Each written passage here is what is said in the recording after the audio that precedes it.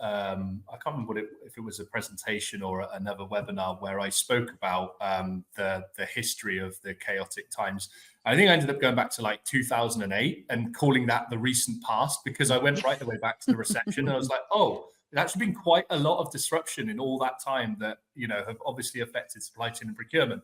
But anyway, to your point, I do think that it does warrant procurement thinking a little bit more outside the box and not just thinking the tried and tested method that's, always worked for me is going to be the case moving forwards. I think there needs to be an element of absolutely agility. I keep using that word, but it is what that is. It's rigid. The opposite of rigid is basically what I'm trying to say.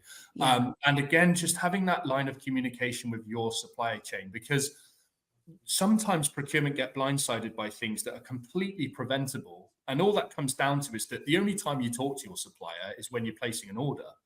Like, actually, if you do something a little bit more, supplier relationship management, i.e. you have regular touch points with them on a regular basis, QBRs or, on-sites, even if it is just a factory tour and a cup of tea, but at least you're having that line of communication and doing business face-to-face. You can kind of get that, candidness out of the vendors that can also perhaps potentially make you aware of, hey, do you know what? We're having supply issues ourselves, So we're trying to sort of look at how we can prevent that. So heads up, like, maybe just be mindful of this and we'll keep you posted over the next 2-3 months, whatever it may be.